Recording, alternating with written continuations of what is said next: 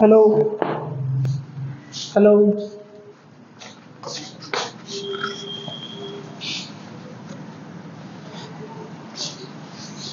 Good evening, all of you. History class. আৰু আপোনালোকে যিসকলে ইউটিউবত ভিডিঅ'টো চাই তেওঁলোকে অনুগ্ৰহ কৰি এপটো ডাউনলোড কৰি ল'ব কাৰণ ইউটিউব পঢ়িবৰ কাৰণে জেগাই নহয় ঠিক আছে নে মাত্ৰ মই ইউটিউবত দিছো যাতে আপোনালোকে চাই পেলাই মানে এপটো ডাউনলোড কৰে ঠিক আছে নে আৰু ইউটিউবত পঢ়িলে আপুনি বহুত ডিস্ট্ৰেক্ট হোৱাৰ চান্স থাকে ঠিক আছে নে সো আপুনি পাৰিলে এপটো ডাউনলোড কৰি লওক বিদ্যা কোচিং তিতাবৰ বুলি প্লে ষ্টৰত উপলব্ধ আৰু আমাৰ প্ৰতিটো ভিডিঅ'ৰ লিংকত দিয়াই থাকে এপটো ঠিক আছে নে আৰু কোৰ্সৰ দাম বেছি নহয় মাত্ৰ 199 টকাত আপুনি 5000 টকাৰ এটা কোৰ্স পঢ়িবলৈ পাব সেইটো মোৰ গ্যাৰান্টি ঠিক আছে নে মাত্ৰ 199 रुपीस পে কৰক আপুনি বিদ্যা কোচিং কিতাপৰ এপটো ডাউনলোড কৰক ঠিক আছে নে বিদ্যা কোচিং কিতাপৰ এপটো ডাউনলোড কৰক প্লে ষ্টৰতে পাব আপুনি ঠিক আছে নে স্টাৰ্ট কৰিব পৰা হ'ল নে সকলো ৰেডি হৈ গলা স্টাৰ্ট কৰিছো ওকে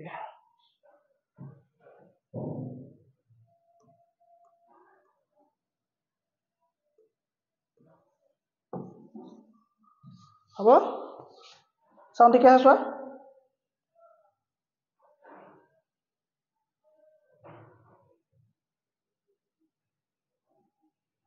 স্টাৰ্ট কৰিছো হা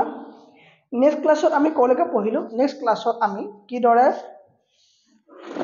দেশখনক আমাৰ টৰ্চাৰ কৰা হৈছিল কি কৰা হৈছিল কোন কোন আহি পেলাই বেপাৰ বাণিজ্য কৰিলে হয়নে সেইখিনি কথা আমি লাষ্ট ক্লাছত আমি আলোচনা কৰিলো ৰাইট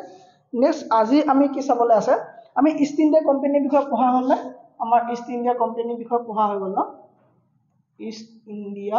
কোম্পানীৰ বিষয়ে আমাৰ পঢ়া হৈ গ'ল মানে এতিয়া আমি হিষ্ট্ৰী পঢ়ি আছো ইণ্ডিয়ান হিষ্ট্ৰী পঢ়ি আছো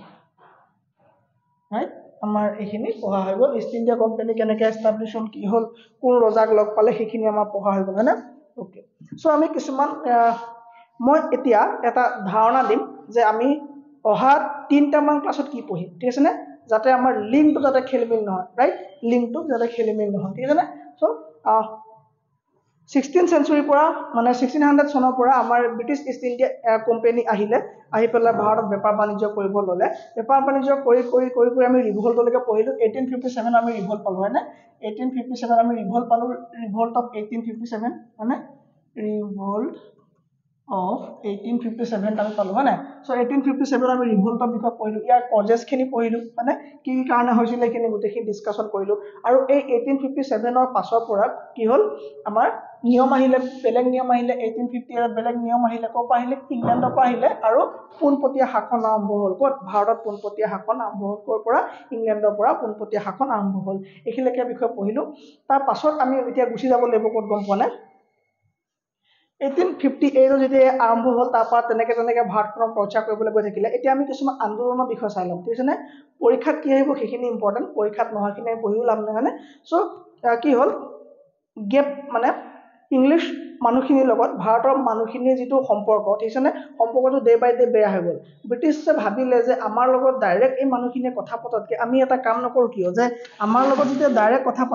কথা পাতিলে কি হয় তেওঁলোকে ভাবে যে ব্ৰিটিছৰ পাৱাৰটো কিমান মানে ভ্যালু কমি গৈছে নেকি ব্ৰিটিছৰ ভ্যালু মানে কমি গৈছে নেকি সো ভ্যালু কমি গৈছে বুলি ভাবি পেলাই তেওঁলোকে ভাবিলে যে আমি কিছুমান মানুহক আগবঢ়াই দিওঁ ফ্ৰণ্টলৈ আমি কিছুমান মানুহক লৈ আনো যাতে সেইখিনি মানুহৰ লগত ভাৰতৰ মানুহখিনিয়ে কথা পাতক আৰু সেই কথাখিনি আনি এই মানুহখিনি আমাক জনাওক ঠিক আছে নে সো তেওঁলোকে চিন্তা কৰি পেলাই কৰিলে কিছুমান প্ল্যান কৰিলে আৰু প্ল্যান কৰি পেলাই তেওঁলোকে কৰিলে 1885 ঠিক আছে নে 1885 ত তেওঁলোকে এটা কি কৰিলে এটা দল গঠন কৰিলে এটা কমিটি বুলি ক'ব পাৰা বা এটা সংগঠন বুলি ক'ব পাৰা সেই সংগঠনটোৰ নাম হ'ব তোমাৰ কি বাৰু ইণ্ডিয়ান নেশ্যনেল কংগ্ৰেছ ইণ্ডিয়ান নেশ্যনেল কংগ্ৰেছ মই আজি ক্লাছটো ওপৰৰ যাম তাৰ মানে মই এটা হিন্ট দিম যে আমি কি পঢ়িব লাগিব ঠিক আছে নে সো এই ইণ্ডিয়ান নেশ্যনেল কংগ্ৰেছৰ স্থাপন কৰিলে কোনে ইংলিছ মানুহখিনিয়ে কৰিলে মানে ব্ৰিটিছে কৰিলে কিয় কৈছিলে তেওঁলোকে ভাৰতৰ ভাল হ'বৰ কাৰণে এই দলটো স্থাপন কৰা নাই কংগ্ৰেছৰ গঠন তেওঁলোকে ভাৰতৰ মানুহখিনি সহায়ৰ কাৰণে কৰা নাই কিন্তু এই পাৰ্টিটোৱে পিছলৈ ভাৰতক বহুত সহায় কৰিলে দেশ স্বাধীন হোৱা ভাৰতখনক বহুত সহায় কৰিলে এই পাৰ্টিটো ঠিক আছে নে ওকে সো তেওঁলোকে এই পাৰ্টিটো তেওঁলোকৰ লাভৰ কাৰণে খুলিছিলে একচুৱেলি তেওঁলোকৰ লাভ জানে তেওঁলোকৰ লাভ আছিলে যে ইংলিছৰ লগত ডাইৰেক্টলি ভাৰতৰ মানুহে যাতে কথা নাপাতক সেই কথা নাপাতিবলৈ এটা সংগঠন খুলি দিছিলে যাতে এই পাৰ্টিটোৰ কথাবোৰ কৈ পেলাই তেওঁলোকে আমাৰ লগত কথা পাতক ঠিক আছে নে যাতে পোনপটীয়া সম্পৰ্ক নাথাকক সেইকাৰণে এই দলটো খুলিছিলে এই দলটো কোনে খুলিছিলে তেওঁলোকৰ এজন IAS অফিচাৰ আছিলে এলেন অক্টেভিয়ান হিউম এও হিউম বুলি এজন আহি পেলাই এই দলটো প্ৰতিষ্ঠা কৰিছিল বুজিছেনে এই দলটো প্ৰতিষ্ঠা কৰিছিল তেওঁ কোন মানুহ আছিলে তেওঁ স্কটলেণ্ডৰ মানুহ আছিলে তেওঁ কৈছে তেওঁ স্কটলেণ্ডৰ মানুহ আছিলে তেওঁ শিমলা ঘূৰিবলৈ খুব ভাল পাইছিলে তেওঁ সেইকাৰণে হাৰ্মিট অফ শিমলা বুলি কোৱা হয় হাৰ্মিট কি বুলি কোৱা হয় হাৰ্মিট অফ শিমলা বুলি কোৱা হয় কি বুলি কোৱা হয় হাৰ্মিট অফ শিমলা বুলি কোৱা হয় ঠিক আছে আৰু শিমলাখন এতিয়া কি হ'ব এতিয়া ঠাণ্ডা জেগা হয়নে আমি ঠাণ্ডা দিনত যাবলৈ বেয়া হ'ব কিন্তু মানে আমাৰ গৰম দিনত শিমলা যাবলৈ ভাল হ'ব হয় নাই সো এও হিউমে 1885 ত ইণ্ডিয়ান নেশ্যনেল কংগ্ৰেছৰ কি হৈছিলে স্থাপন কৰিছিল এইখিনিৰে কাৰোবাৰ কিবা ডাউট নাই মানে এই দলটো কি হ'ল ধুনীয়াকৈ চলি গৈছিলে ধুনীয়াকৈ চলি যায় এটা দল এটা ধুনীয়াকৈ তেতিয়া চলিব যেতিয়া তাত নৰমপন্থী মন থাকিব তাৰমানে ঠাণ্ডা মানুহখিনি থাকিব মানে উগ্ৰবাদী হ'ব নালাগিব বুজিছেনে সো এই মানুহখিনি ঠিকে চলিব তেওঁলোকৰ আদৰ্শ আছিলে যে তেওঁলোকে কিবা দিদা পইচা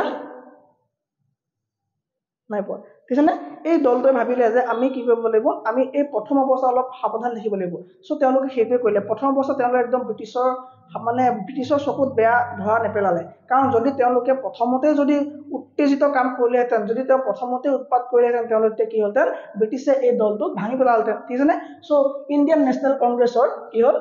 এই দলটো মানে স্থাপন হ'ল আৰু এই দলটোৰ কি হ'ল এখন ফাৰ্ষ্ট মিটিং ক'ত হ'ব first meeting of Indian National Congress first এছেম্বলিখন ক'ত হৈছিলে লাহোৰত হয়নে নহয়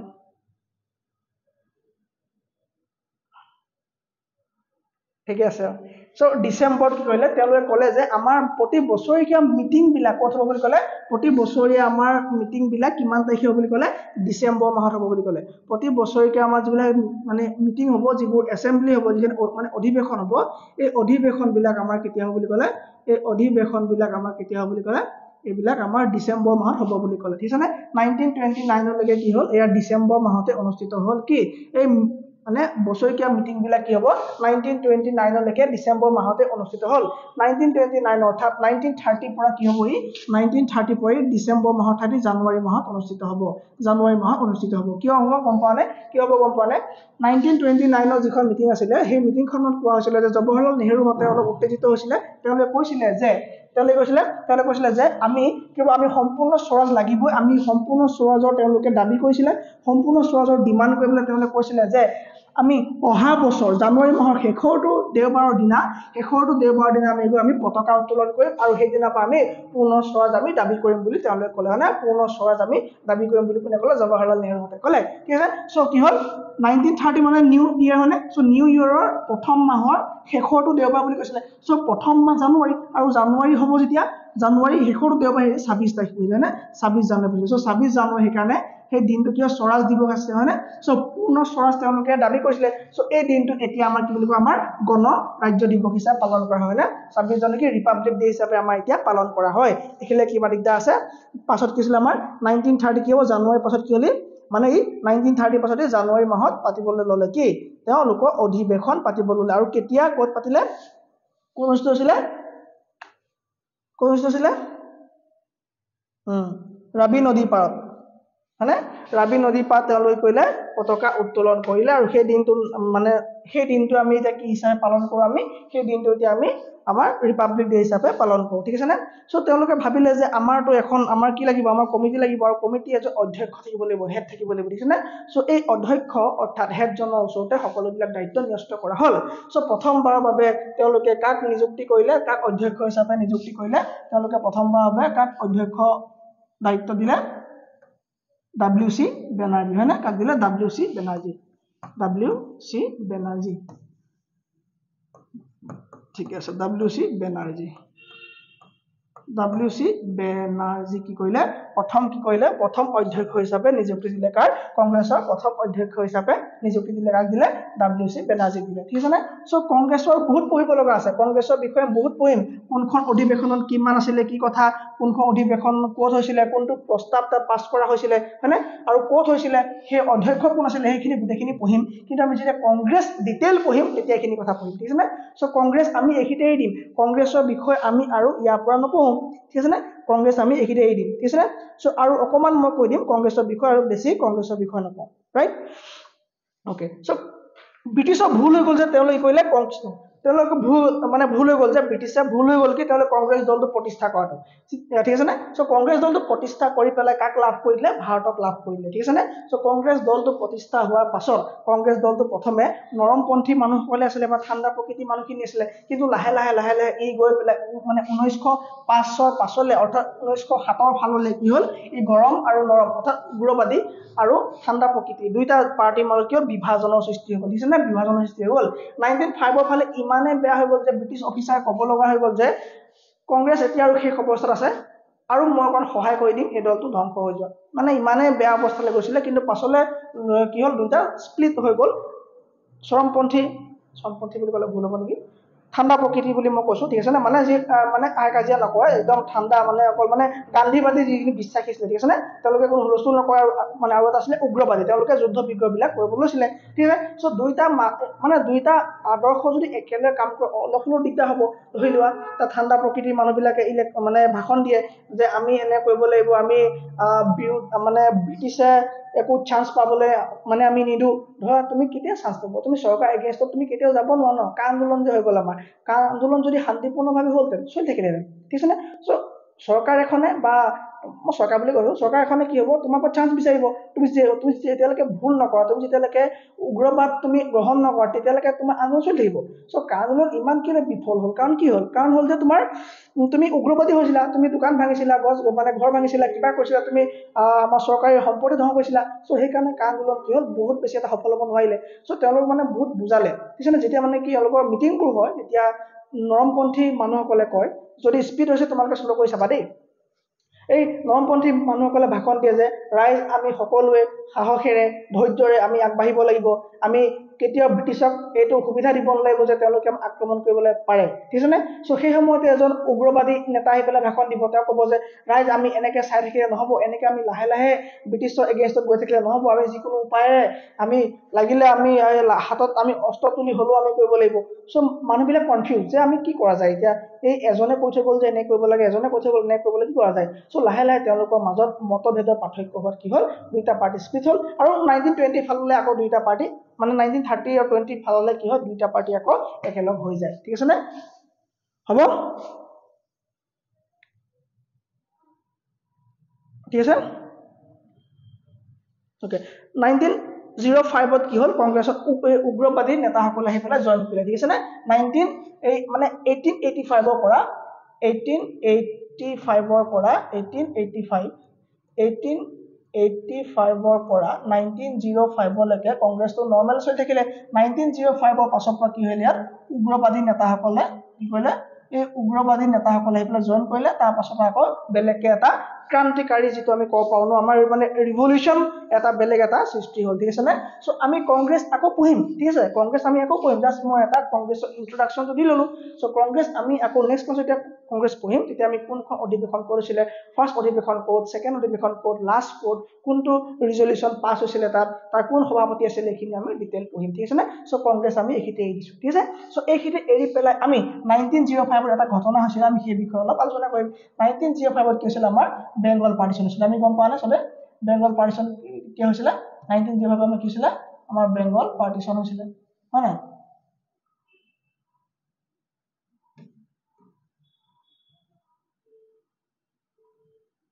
না আমাৰ কি হৈছিলে বেংগল পাৰ্টিশ্যন হৈছিলে ঠিক আছে সো এই বেংগল কি হ'ল বেংগল পাৰ্টিশ্যনৰ বিষয়ে আমি পঢ়িব লাগে ঠিক আছে না বেংগল পাৰ্টিশ্যন বংগভংগ আন্দোলন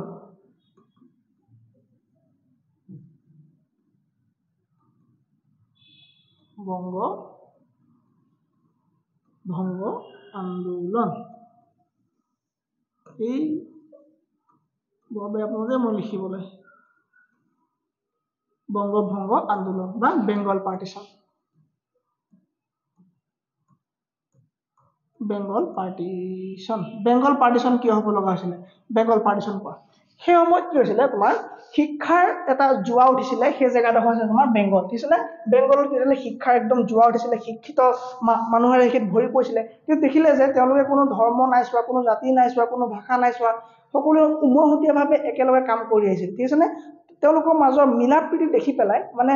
ঐক্যতাৰ মাজত অনৈক্য আনিবৰ কাৰণে ব্ৰিটিছৰ প্ৰথমটো মানে টেকনিকেলি তেওঁলোকে কামবোৰ কৰে ন, তেওঁলোকে 100 বছৰ আগৰ প্লেন কৰে। মই কৈছোঁ তেওঁলোকে কেতিয়াও ভাষাটোক লৈ হেৰি কৰা নাই, তেওঁলোকে কালচাৰ, তেওঁলোকে ধৰ্মক ছাপোৰ্টে ইমান নকৰে, তেওঁলোকে ধৰ্ম ইম্প'জ কৰিবলৈ বিচৰাই নাই, তেওঁলোকে কালচাৰ দিব বিচাৰিছিলে। Good morning, hi, hello', thank you very much, okay bye, ঠিক আছে নে? তেওঁলোকৰ ড্ৰেছ টাই মানে সেইবিলাক তেওঁলোকৰ ড্ৰেছ, তেওঁলোকে ধুতি খুলি পেলাই ড্ৰেছ পিন্ধাই দিলে, হয়নে? মানে শ্বুট পিন্ধাই দিলে, ৰাইট? চ' সেইখিনি তেওঁলোক কি বুলি কালচাৰ, তেওঁ গম পালে যে মানে ধৰ্ম অকল মানুহ এজনৰ ঘৰতে কাম দিব, ধৰ্ম এটা উৎসৱ পাৰ্বণৰ বাহিৰে ধৰ্ম তোমাক কেতিয়াও দৰকাৰ নহয়, কিন্তু তোমাৰ যিটো ৰীতি নীতি, তোমাৰ কালচাৰ, সেইখিনি তোমাক কিন্তু সদায় লাগিব। চ' ব্ৰিটিছে সেইখিনি চাই পেলাই ইমানেই ডাঙৰ কাম কৰিলে যে তেওঁলোকে কৰিলে যে বেংগল কি কৰিলে, বেংগল পাৰ্টিশ্যন কৰাৰ কথা ভাবিলে, ঠিক আছে নে? চ' বেংগলত কি হ'ল, বেংগলত দুটা পাৰ্ট কৰি দিলে, বেংগলক দুটা পাৰ্ট কৰিলে। ইয়াৰ এটা ভাগক কি কৰা হ'ল, এটা ভাগত এতিয়া মুছলিম মেজৰিটি দি দিয়া হ'ল, ঠিক আছে নে? ইয়াত কি হ'ল মুছলিম মেজৰিটি আৰু মানে এইফালে হিন্দু মেজৰিটি ৰাখি দিলে, ঠিক আছে নে? এইফালে হিন্দু মেজৰিটি কৰিলে আৰু এইফালে কি হ'ল, এইফালে মুছলিম মেজৰিটি হৈ গ'ল, ঠিক আছে? তেওঁলোকে কি কৰে, কাজিয়া লগায়। তেওঁলোকৰ এটাই কাম, তেওঁলোকে কাজিয়া লগোৱা। যদি ইয়াতে এজন ৰজা আছে, ইয়াত এজন যদি মানে ৰজা আছে, তেওঁলোকে দুইজনক কেতিয়াও কাজিয়া নকৰে। দুইজনো যদি কাজিয়া কৰে তেওঁলোকৰ শক্তি, অৰ্থনীতি চব ফালৰ পৰা দুৰ্বল হ'ব। সেইকাৰণে তেওঁলোকে কৰে এইজন ৰজাক কি কৰে, তেওঁ লগাই দিয়ে, ঠিক আছে? এইজন ৰজাক লগাই দিয়ে, এইজনৰ লগত কাজিয়া কৰে। চ' দুইজনৰ মাজত এজনটো ঢুকাই যায়, তেতিয়া বেলেগ এজনক তেওঁলোকে হৰুৱাই দিয়ে, ঠিক আছে নে? চ' তেওঁলোকে মাত্ৰ এইবিলাকে কাম কৰি আহিলে, ঠিক আছে? তাত এই হিন্দু ৰাষ্ট্ৰ যিখন বনালে, মানে হিন্দু পাৰ্টিশ্যন যিটো কৰিলে, তাত ইয়াতো মুছলমানখিনি কি হ'ল, ইয়াত থকা মুছলমানখিনি কি হ'ব, ইয়াত থকা মুছলমানখিনি মেজৰিটি হ'ব, আৰু ইয়াত থকা হিন্দু মানুহখিনি কি হ'ব, ইয়াত থকা মুছলমানখিনি হ'ব মাইনৰিটি, হিন্দুখিনি হ'ব মেজৰিটি, আৰু আনহাতে এইফালে মুছলমানখিনি হ'ব মেজৰিটি আৰু হিন্দুখিনি হ'ব মাইনৰিটি। চ' এই মেজৰিটি আৰু মাইনৰিটিৰ মাজত যেতিয়া হুলস্থুল হয়, আৰু ইয়াত যেতিয়া মেজৰিটি মাইনৰিটিৰ মাজত যেতিয়া হুলস্থুল হয়, তেওঁলোকে মানে আঁতৰি দিয়ে, ঠিক আছে নে? তেওঁলোকে একো বিশেষ ভূমিকা নলয়, ঠিক আছে? চ' যেতিয়া অলপ মাৰধাৰ হৈ যাব, তাৰ পৰা আহি পেলাই দুইটা পাৰ্টিকে আকৌ লগাব, ঠিক আছে নে? চ' মাত্ৰ অকল কাজিয়া লগোৱা, মাত্ৰ ডিভিজন কৰি পেলাই ডিভাইড এণ্ড ৰুলৰ কামখিনি কৰিলে কোনে, ব্ৰিটিছে এইখিনি কাম কৰিলে, ঠিক আছে নে? চ' বেংগল পাৰ্টিশ্যন কৰিলে কোনে, কাৰ্জনে, হয়নে? কাৰ দিনত হৈছিলে বেংগল পাৰ্টিশ্যন? কাৰ্জনৰ দিনত কি হৈছিলে, বেংগল পাৰ্টিশ্যন হৈছিলে, ৰাইট? অ'কে। এই বংগ ভংগ অৰ্থাৎ এই আন্দোলন কি হৈছিলে, এই আন্দোলন হৈছিলে তোমাৰ বংগখন যাতে বিভাজন নহয়, সেইকাৰণে কি হৈছিলে, বংগ ভংগ আন্দোলনৰ সৃষ্টি হৈছিলে, ঠিক আছে নে? সেইকাৰণে কি হৈছিলে, বংগ ভংগ আন্দোলনৰ সৃষ্টি হৈছিলে। তাত কি হ'ল, চব মানুহ হিন্দু বুলি কোনো কথাই নাই, ঠিক আছে নে? তাত হিন্দু মুছলমান বুলি কথা তেওঁলোকে পঢ়া দেখুৱাই দিলে। যদিও ব্ৰিটিছে এইটো ছেপাৰেট কৰিব খুজিছিলে, কিন্তু তেওঁলোকে দেখুৱাই দিলে যে তেওঁলোক কি হয়, একচুৱেলি শিক্ষিত মানুহ হয়, তেওঁলোকে দেখুৱাই দিলে। তেওঁলোকে এইবিলাক ভাৰতৰ চাল গম পালে, ভাৰতৰ কূটনীতি গম পালে, গম পাই পেলাই তেওঁলোকে ক'লে যে নাই নাই, আমি এইবিলাক হ'ব নিদিওঁ, আমি মুঠৰ ঐক্য। তেওঁলোকে ভাৰতৰ পৰা এওঁলোক খেদি পঠাবৰ কাৰণে কৰিলে, মানে স্বদেশী আন্দোলন টাইপত আৰম্ভ কৰি দিলে। তেওঁলোকে ক'লে যে আমি ব্ৰিটিছৰ বস্তুবিলাক আমি বয়কট কৰিব লাগে, ব্ৰিটিছৰ যদি স্কুল খুলিছে, ব্ৰিটিছৰ স্কুলবিলাক আমি বয়কট কৰিব লাগে, ব্ৰিটিছে যদি মিটিং দিছে, সেই মিটিং আমি বয়কট কৰিব লাগে, ব্ৰিটিছৰ কাপোৰ বয়কট কৰিব লাগে, ব্ৰিটিছৰ ক্লথ, CLOTH, এই ক্লথ মানে হৈ গ'ল নিচিলোৱা কাপোৰ, ক্লথছ মানে হৈ গ'ল তোমাৰ চিলোৱা কাপোৰ, ঠিক আছে নে? আৰু ইয়াৰ প্লুৰেল হৈ গ'ল তোমাৰ ক্লথছ, ঠিক আছে নে? চ' কাপোৰ কানি কি হ'ল, বয়কট কৰিব ল'লে, কাৰ, ব্ৰিটিছৰ কাপোৰ কানি বয়কট কৰিব ল'লে। তেওঁলোকৰ বস্তু তেওঁলোকে কি কৰে, আমাৰ ইয়াৰ পৰা সূতাবিলাক লৈ যায়, আমাৰ ইয়াৰ পৰা ৰ' মেটেৰিয়েল নি পেলাই তেওঁলোকৰ তাত ইয়াক ৰিফাইন কৰি আমাৰ ইয়াতে আকৌ বেছি দামত বিক্ৰী কৰিবলৈ তেওঁলোকে ল'লে। চ' ব্ৰিটিছৰ এইবিলাক তেওঁলোকে বৰ্জন কৰিব ল'লে। তেওঁলোক কাপোৰ কানিৰ পৰা ধৰি লৈ তেওঁলোকৰ মিটিং, যদি স্কুলত যদি শিক্ষা দান কৰি থাকে আমাৰ ভাৰতীয় শিক্ষকে, ভাৰতীয় ষ্টুডেণ্টে ভালদৰে পঢ়ে, কিন্তু যেতিয়া ব্ৰিটিছ আহি যায়, তেতিয়া কি কৰে, তেওঁলোকে সেই শ্ৰেণীকোঠাৰ পৰা আঁতৰি যায়। তাৰমানে ব্ৰিটিছক তেওঁলোকে সম্পূৰ্ণ বৰ্জন কৰিবলৈ তেওঁলোকে মানে স্বদেশী বস্তুৰ প্ৰতি তেওঁলোক কি হ'ল, ইণ্টাৰেষ্টেড হ'ল, আৰু বংগ ভংগ মানে আন্দোলন ষ্টাৰ্ট কৰিলে। কাপোৰ জ্বলাই দিব ল'লে, ব্ৰিটিছৰ কাপোৰ জ্বলাই দিব ল'লে, ঠিক আছে নে? চ' সেই সময়তে কি হ'ল, সেই সময়তে লৰ্ড হাৰ্ডিং আছিলে আমাৰ ভাৰতত। লৰ্ড হাৰ্ডিঙে ঘোষণা কৰিলে যে 1911 লৰ্ড হাৰ্ডিংছ দ্বিতীয় ঘোষণা কৰিলে যে ভাৰতলৈ কোন আহিব, জৰ্জ V আহিব, George GEORGE George the five আহিব আৰু সেইকাৰণে দিল্লী দৰবাৰৰ আয়োজন কৰিব লাগে দিল্লী এটা তেওঁক একদম স্বাগত কৰিবৰ কাৰণে তেওঁক স্বাগতম জনাবৰ কাৰণে তেওঁক ৱেলকাম কৰিবৰ কাৰণে এটা ডাঙৰ এখন মিটিং কৰিব লাগে ডাঙৰকৈ এটা মানে আয়োজন কৰিব লাগে দিল্লী সজাব লাগে ধুনীয়াকৈ চ' দিল্লী দৰবাৰৰ আয়োজন কৰা হ'ব বুলি দিল্লী দৰবাৰ আয়োজনৰ কথা দিল্লী দৰবাৰৰ কথা কেতিয়া ঘোষণা কৰিলে 1911 চনত লৰ্ড হাৰ্ডিঙে ঘোষণা কৰিলে হয়নে 1911 ঘোষণা কৰিলে এতিয়া বেংগলৰ মানুহখিনিয়ে ক'লে হৈ যাব চব হৈ যাব যদিহে আমাক যদি তুমি এই বংগ ভংগ যদি বন্ধ কৰা মানে বংগখন যদি ভাগ কৰা তোমালোক যদি বন্ধ কৰা তেতিয়াহে হ'ব ঠিক আছে নে চ' লৰ্ড হাৰ্ডিঙে ক'লে 1911 বংগ ভংগ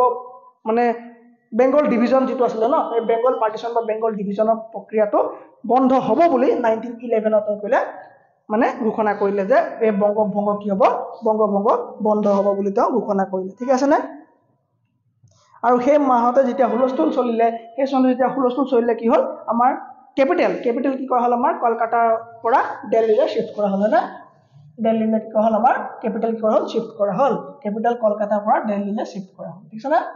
কলকাতাৰ পৰা কি কৰা হ'ল দিল্লীলৈ শিফট কৰা হ'ল এইখিলৈকে কাৰোবাৰ ডাউট আছে নেকি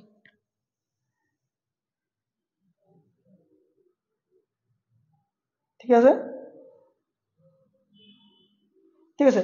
ওকে সো ইয়াৰ 1911 পাছৰ পৰাই আকৌ এটা দ্বিতীয় ভাগত কি হ'ল আমাৰ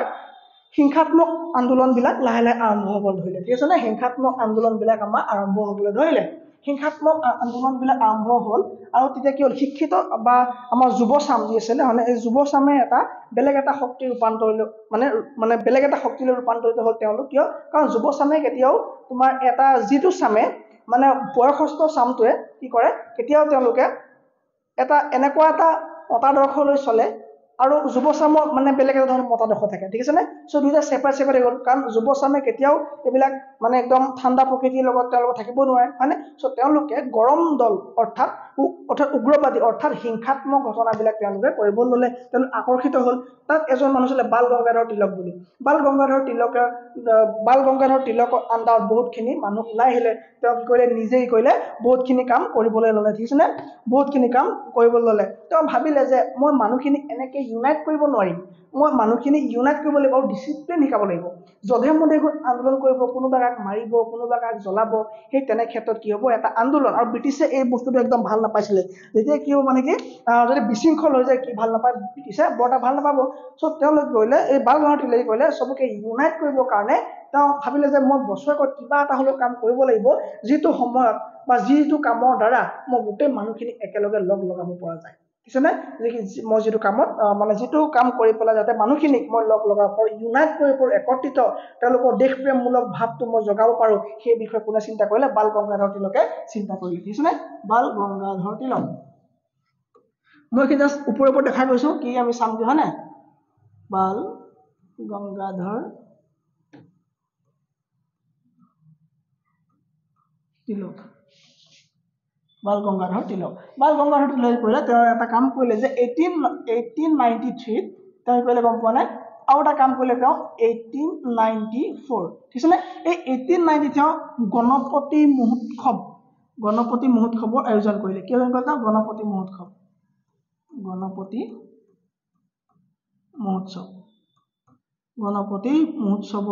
আয়োজন কৰিলে যাতে সেই বছৰটোত কি হয় এই গণপতি উৎসৱ বুলি কোৱাৰ লগে লগে কি হয় এটা তোমাৰ মানে আমাৰ ধৰ্মীয় এটা অনুষ্ঠান হয়নে আৰু ধৰ্মীয় অনুষ্ঠান এটা জোচ আহি যায় চব মানুহ হয়নে চব মানুহ জোচ আহি যায় চ' সেই জোচটোত কি কৰিলে তেওঁ দেখিলে যে বহুতখিনি মানুহ একত্ৰিত হৈছে আৰু এতিয়াও বহুত ডাঙৰ উৎসৱ মানে আমাৰ এই গণপতি উৎসৱ পালন কৰা হয় ক'তে আমাৰ মহাৰাষ্ট্ৰ চাইডে হয়নে চ' তেওঁ ভাবিলে যে এই উৎসৱটোৰ দ্বাৰা মই গোটেই মানুহক ইউনাইট কৰিব পাৰিম আৰু ইউনাইট কৰিবলৈ এটা প্লেটফৰ্ম হিচাপে তেওঁ কৰিলে গণপতি উৎসৱ পালন কৰিলে হ'লে আৰু 1894 তেওঁ কিবা কৰিলে শিৱাজী মহোৎসৱ তেওঁ কি পালন কৰিলে শিৱাজী ফেষ্টিভেল তেওঁ পাতিব ল'লে হয়নে শিৱাজী ফেষ্টিভেল তেওঁ পাতিব ল'লে যাতে এই শিৱাজী কি হয় শিৱাজীক তেওঁ কি কৰিলে অনুপ্ৰেৰণা পালে তেওঁলোকে কৰিলে শিৱাজী মূৰ্তিৰ সন্মুখত যেটো মানে হাতীয়ে ল'ব মানে হয়নে হাতত তৰোৱাল জাতি জোং লৈতো মানে কি মানে প্ৰতিজ্ঞা কৰিব বা তেওঁক স্বাগতম জনাব বা তেওঁ তিথি দিনা চবেই কৰিব মানে সেৱা ল'ব হয় নাই চ' যেতিয়া মানুহৰ মাজত ভক্তি বা স্বদেশ প্ৰেমৰ ভাৱটো কি কৰিলে জগাবলৈ চেষ্টা কৰিলে কোনে আমাৰ বাল গংগাধৰ তিলকে চেষ্টা কৰিলে ঠিক আছে চ' এইবিলাক প্ৰচেছ কৰি পেলাই এইবিলাক কাম কৰি পেলাই তেওঁ মানুহৰ মাজত ইউনিটি কি কৰিলে বিল কৰিবলৈ চেষ্টা কৰিলে এইখিনি কাম কৰিলে কোনে বাল গংগাধৰ তিলকে কৰিলে হয়নে বাল গংগাধৰ তিলকে কৰিলে হ'ব ঠিক আছে সেই সময়ত বাল গংগাধৰ তিলকৰ ইমানেই পাৱাৰ আছিলে যে ইমানেই তেওঁ হুলস্থুলীয়া পৰিৱেশ সৃষ্টি কৰিছিলে যে ভয় খাই গৈছিলে ব্ৰিটিছে ইংলেণ্ডৰ এজন মানে এজন কি বুলি কয় যে লিখা মেলা কৰে যে তোমাৰ নভেলিষ্ট বুলিয়ে কৈছো মই ঠিক আছে নে চ' সাহিত্যকাৰ এজনে লিখিলে এখন কিতাপ গৈ পেলাই unrest of India unrest of India unrest of India ভাৰতৰ অশান্তিৰ কাৰণ বুলি লিখি পেলাই আনৰেষ্ট অফ ইণ্ডিয়া ভাৰতৰ অশান্তিৰ কাৰণত আকৌ নাম দিলে কাৰ জানানে বাল গংগাধৰ তিলকক তেওঁ সেই কিতাপখন উল্লেখ কৰিছে যে ভাৰতৰ অশান্তি বোলে মূল কাৰণে হ'ল বোলে বাল গংগাধৰ তিলক কি কথা ক'ব লাগিছে তেহাঁতি আহি পেলাই আমাৰ ইয়াত ইমান দি উৎপাত কৰিলে আমাক তেওঁলোকৰ কাৰণে ইমান কষ্ট হয় নাই চ' তেওঁলোকে আকৌ লিখিছে যে বাল গংগাধৰ তিলকৰ কাৰণে বোলে দেশখনৰ অশান্তি বাল গংগাধৰ তিলক গৈ পেলাই ইংলেণ্ডত কেছ কৰিলে বাল গংগাধৰ তিলক গৈ পেলাই ইংলেণ্ডত কেছ কৰিলে কিন্তু কেছ কৰিলে কিবা লাভ হ'বনে কি লাভ হ'ব একো লাভ নহয় ব্ৰিটিছে যদি নুশুনো বুলি ভাবি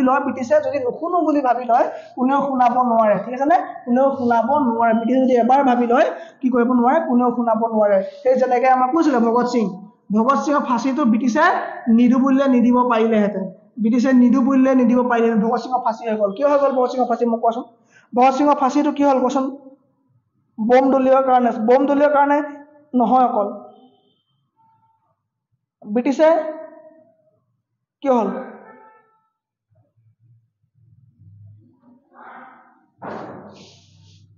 এক ছেকেণ্ড কোনোবাই পাতিছে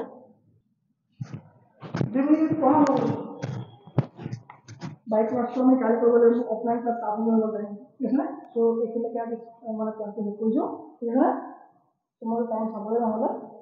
ঠিক আছে চ' ভগত সিঙৰ ফাঁচি কথা আমি নেক্সট আলোচনা কৰিম ঠিক আছে কিয় গান্ধীয়ে কিয় নবচালে জৱাহৰলাল নেহৰু কিয় নচলে পাটেলে কিয় নচলে জিন্নাই কিয় নচলে এই গোটেইখিনি মানুহ উকিল আছিলে তথাপিও তেওঁলোকে কৰিলে ভগত সিং নবচালে এনে কি হ'ল বচাব চেষ্টা কৰিছিলে নে নবচালে নে কি হ'ল সেই কথাটো আমি নেক্সট আলোচনা কৰিম ঠিক আছে থেংক ইউ